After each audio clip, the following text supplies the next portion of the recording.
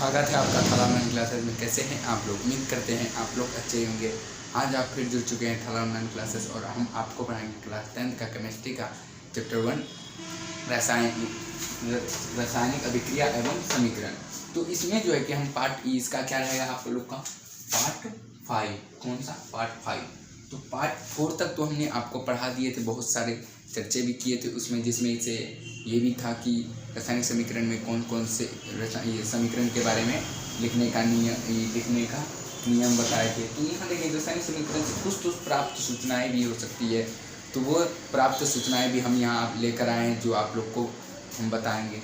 तो देखिए रासायनिक समीकरण से प्राप्त होने वाली सूचना, ठीक, तो इससे क्या मतलब कि प्राप्त जो होता है इससे क्या सूचना, ये सब क्या मतलब है, आखिर इससे कैसे पता हो सकता है।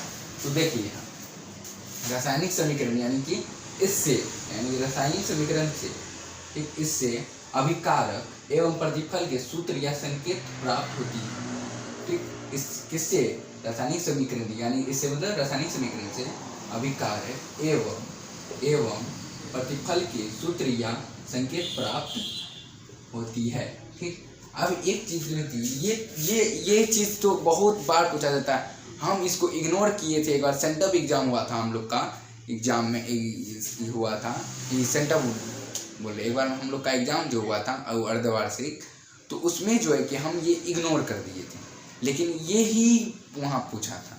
आप लोग का सेंटअप में भी बहुत बच्चा इग्नोर करते हैं और ये अधिकतर रहता है, ये चीज़ रहता है सूचना क्या उससे क्या होता है। तो देखिए, और दूसरा क्या है आपका, ये हो गया, इससे यह पता चलता है, यानी कि इससे यह पता चलता है, यानी रासायनिक समीकरण से यह पता चलता है कि रासायनिक अभिक्रिया में कौन सा पदार्थ भाग लिया और उसके फलस्वरूप कौन सा पदार्थ का निर्माण होता है। ठीक, हुआ यानी कि होता है या हुआ एक ही हुआ, तो हो गया। इससे यानी कि रासायनिक समीकरण से यह पता चलता है कि रासायनिक समीकरण में कौन से हुई रासायनिक अभिक्रिया में कौन से पदार्थ भाग लिया और उसके फलस्वरूप कौन से नए पदार्थ का निर्माण होता है। ये चीज़ भी आपको बताएं। और देखिए तीसरा नंबर इसमें क्या हुआ, तीसरा, इससे यह पता चलता है, यानी कि रासायनिक समीकरण से यह पता चलता है कि अभिकारकों और प्रतिफलों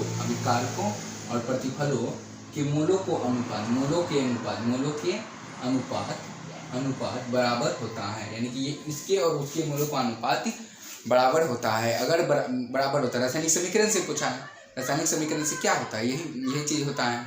ठीक, तो इस प्रकार जो है कि आपका जो है कि, और देखिए ये चीज़ जो है कि आपका पूछता ही है, बहुत बार पूछ लेता है, और ये चीज़ याद रखना भी जरूरी है।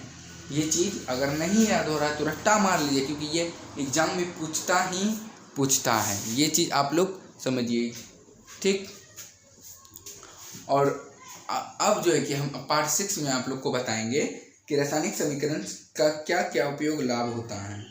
नहीं मतलब कि पार्ट से उपयोग लाभ होता है, ये सारी प्रक्रिया मतलब उससे जो इतना रिलेटेड, ये हम ये भी बताते हैं, लेकिन ये उतना इम्पोर्टेंट नहीं है, इसलिए हम नहीं बताएंगे। हम सोचे थे लेकिन नहीं। तो मिलते हैं अगले वीडियो में। देखिए ये आप लोग को तो समझ में आया ही होगा, इतना ये चीज़ आपको इतना आसान भाषा में कोई नहीं समझाएगा इतना। ये चीज़ आपको वेरी वेरी इम्पोर्टेंट है। क्या है? Very very important. ठीक है, तो मिलते हैं अगले वीडियो में, तब तक के लिए धन्यवाद।